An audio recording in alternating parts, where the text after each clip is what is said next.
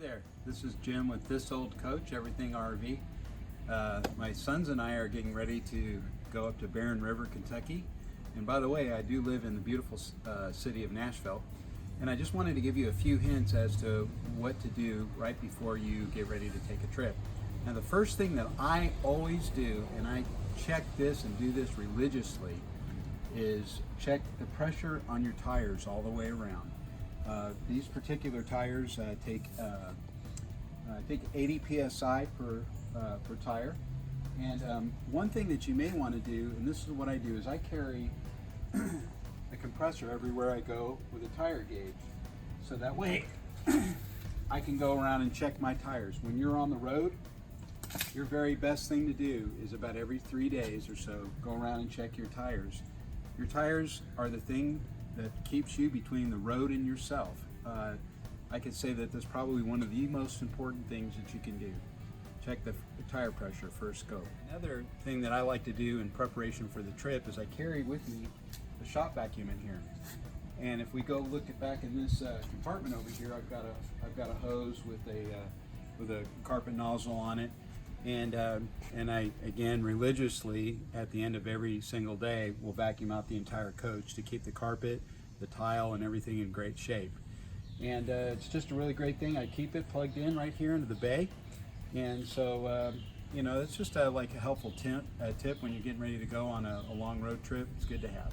Okay, so for a third tip before you go on a trip like the one we're getting ready to go on tomorrow, is carry with you an assortment of tools. I've got ratchets, ratchet set, I've got a screw gun, I've got a bag full of tools that have screwdrivers and adjustable wrenches, and you know, because you just never know what you're going to have to repair. And if you have an RV, you know for a fact that you're going to be repairing stuff on the road. So just take an assortment of tools, and always don't forget to make sure that you're carrying a star wrench with you in case you have to, you know, fix a flat tire. Another thing people always seem to forget, and I know I do, is that there's a spare tire up underneath the bed here. And crawl up underneath there, check the pressure, make sure that that tire is pressured up and in good shape, because if you get a blowout, you're going to have to change the tire, and learning how to change a tire is going to be really, really important. So there's another tip is that depending on how far you're going, like tomorrow, we're only going to be going about an hour and a half away. So, and we're pulling into an RV site that's going to have full service sewer, water, and electricity. So what I like to do is maybe put a quarter tank of fresh water in, so that way I'm not carrying a full load with me, and you'll get a little bit better gas mileage, more than likely, not carrying that much water. But, you know, maybe put, you know, a third or a half, you know, or even a quarter tank if you know that you're not going very far. When we get in, we'll pull up and hook up and everything like that, so that's just enough water to get to where you're going. That's another good tip.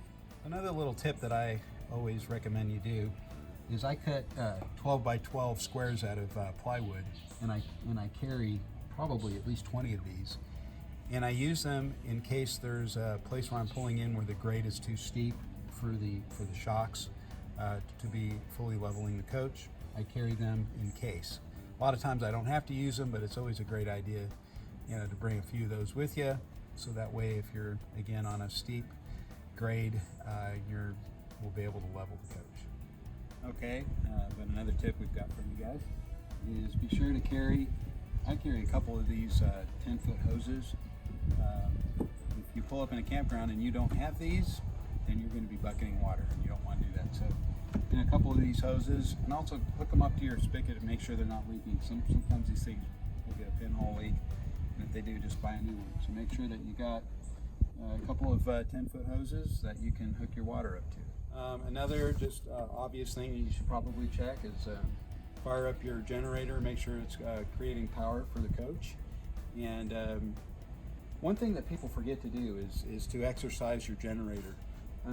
What I do is about once a month I come down here, I turn it on, and I go ahead and turn the air conditioners on so that the generator's under load, and just run it for about 15 or 20 minutes, and then you know, turn your air conditioners off and power off the generator. But you know, turn this thing on, make sure it's running good. This one's been started up today, so I don't have to do it for you.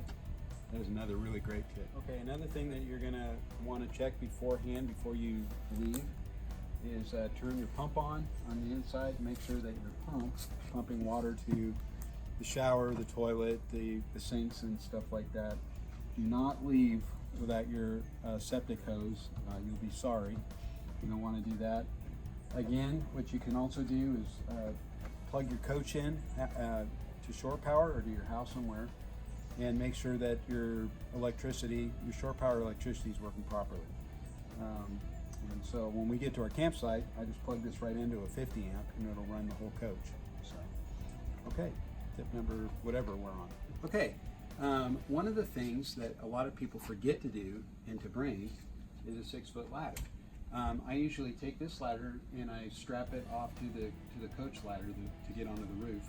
It is really great to have this. I've used it on numerous occasions on our trips across the United States, and enables you to get up high if you've got a light bulb to change or wash the front windshield or whatever. It's always really great to carry one of these. I also carry a 2-step ladder with me as well, and that's something that you probably want to bring with you on your next trip.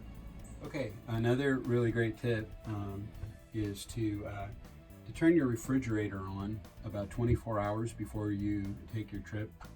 This particular refrigerator runs on propane and it runs on shore power.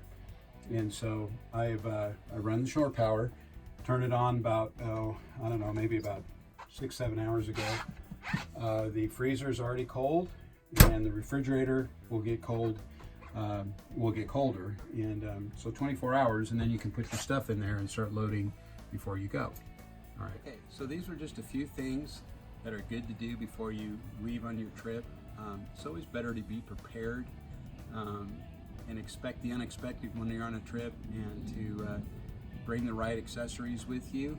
So we're gonna vlog our trip and up to Barren River tomorrow, and we're going to show you the process of docking the RV, pulling it in, setting up the electricity, setting up the water, setting up the sewer, and all that good stuff. It's all stuff. If you're a brand new RVer, these are good things to kind of learn. It's better to learn the easy way than going to the School of Hard Knocks, because I've done a few of those things at the School of Hard Knocks, and it's no fun on a trip. So anyway, we're going to see you guys tomorrow, and thank you for watching this video, and also don't forget to give us a like on this on our channel, and subscribe to us, because man, we're going to be sharing some incredible information that's going to make your trip so much better. And I've been around all over the United States in this particular motorhome, Allegro Bay, and I've put thousands and thousands and thousands of miles on with my family. Anyway, we'll see you guys tomorrow.